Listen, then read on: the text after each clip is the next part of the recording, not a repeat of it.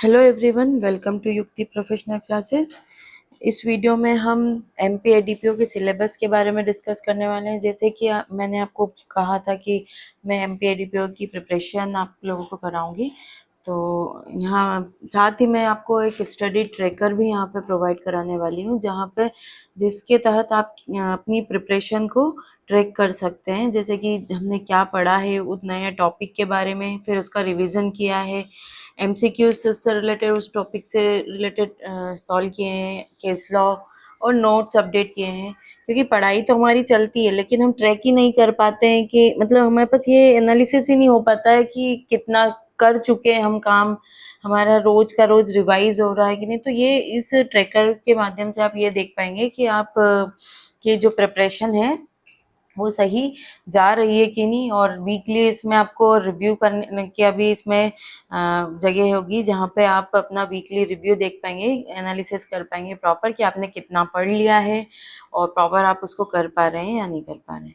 ठीक है, तो सिलेबस में आप पीएससी के जो सिलेबस है अगर आप वो देखेंगे, जो 2022 के अकॉर्डिंग जो वैकेंसी आई थी उसमें जो सिलेबस था, तो 10 यूनिट में पूरा सिलेबस को बांटा गया था प्रीलिम्स के।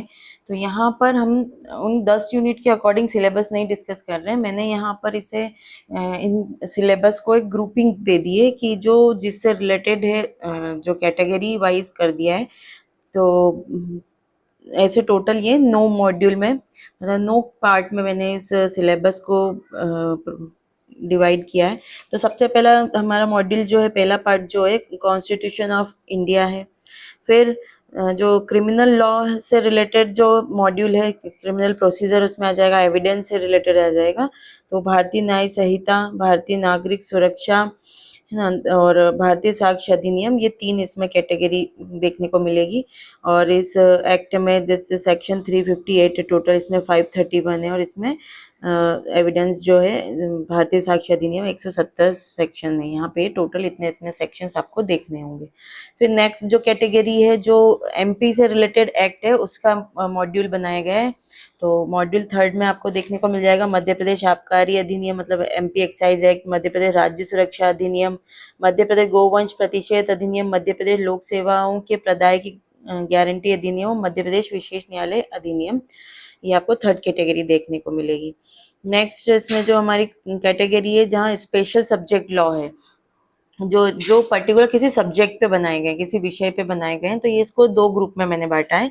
तो सबसे पहला जो ग्रुप है वो है, जो मॉड्यूल 4 में ग्रुप है, वो गुड गवर्नेंस और ट्रांसपेरेंसी से रिलेटेड है। मतलब जहाँ जो गवर्नमेंट सेक्टर है, जहाँ जनरली काम किया जाना है ना, तो वहाँ पे क्या ट्रांसपेरेंसी होना चाहिए, क्या आपको अच्छा एक शासन हो, एक गवर्नेंस हो, उसके लिए क्या क्या प्रोसेस क्या फॉलो करना चाहिए, उससे रिलेटेड इसमें एक्ट आपको देखने को मिलेगा, है ना। तो जैसे ये इसमें भ्रष्टाचार निवारण अधिनियम, एसटी एससी एक्ट अधिनियम है, सूचना का अधिकार अधिनियम, सूचना प्रौद्योगिकी अधिनियम, अनियमित जमा योजना अधिनियम, इसमें आपको देखने को मिलेंगे।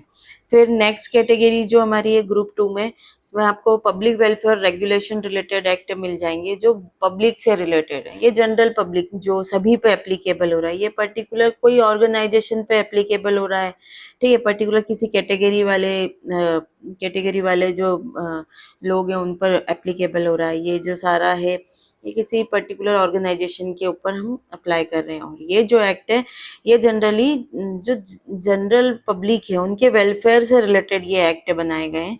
तो ये हमारा नेक्स्ट कैटेगरी जो है स्पेशल लॉ की, तो इसमें आ जाएगा आवश्यक वस्तु अधिनियम, फिर है अपराधी पर्यवेक्षा अधिनियम, ठीक है, फिर वन्य जीव संरक्षण अधिनियम, खाद्य सुरक्षा और मानक अधिनियम, ठीक है। तो ये मॉड्यूल 5 में हमने इसको बांटा है।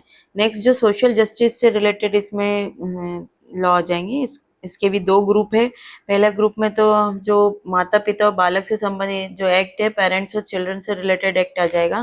तो माता पिता एवं वरिष्ठ अधिनियम, भरण पोषण एवं कल्याण अधिनियम, लैंगिक अपराध से बालकों का संरक्षण अधिनियम और किशोर न्याय अधिनियम इसके अंतर्गत आपको देखने को मिलेंगे। नेक्स्ट ग्रुप जो उसका होगा मॉड्यूल 7 जो है, जिसमें आ जाएगा विमेन से रिलेटेड एक्ट देखने को मिलेंगे, जिसमें दहेज प्रतिषेध अधिनियम, महिलाओं का अश्लील प्रतिरूपण, गर्भधारण पूर्व एवं प्रसव पूर्व निदान तकनीक अधिनियम, घरेलू हिंसा से महिलाओं का संरक्षण अधिनियम, कार्यस्थल पर महिलाओं का यौन उत्पीड़न से रिलेटेड यहाँ पे देखने को मिलेगा हमें। हमारा नेक्स्ट कैटेगरी जो है ये नेशनल सिक्योरिटी से रिलेटेड है, राष्ट्रीय सुरक्षा से संबंधित अधिनियम है। ये भी क्रिमिनल लॉ के तहत ही आते हैं, पर इसकी कैटेगरी इसलिए अलग से कर दी क्योंकि ये नेशन से, हमारे राष्ट्र से संबंधित ये एक्ट है। तो इसमें आ जाएगा विस्फोटक अधिनियम, आयुध अधिनियम, राष्ट्रीय सुरक्षा अधिनियम, लोक संपत्ति को नुकसान से रोकथाम अधिनियम और स्वापक औषधि मतलब और मनः प्रभावी पदार्थ अधिनियम, जो नार्कोटिक ड्रग्स वगैरह जो है ना, तो उससे रिलेटेड जो एक्ट है ये मॉड्यूल एक्ट में हमने इसको कैटेगरी कर दी। और लास्ट जो है अदर लॉ के तहत आ जाएगा, मोटर व्हीकल एक्ट आ जाएगा, जो मॉड्यूल 9 है। हम जो प्रिपरेशन करेंगे वो हम सबसे पहले जो कैटेगरी हमारी है वुमेन से रिलेटेड एक्ट जो है उससे चालू करने वाले हैं, है ना। तो मॉड्यूल 7 जो है इससे चालू करेंगे। तो हम डाउरी प्रोहिबिशन एक्ट को सबसे पहले लेंगे। और आप ज़्यादा से ज़्यादा अच्छे से पढ़ाई करिए, जो भी आपको हेल्प चाहिए मैं आपको प्रोवाइड कराऊंगी। तो मिलते हैं हम नेक्स्ट वीडियो में। Thank you.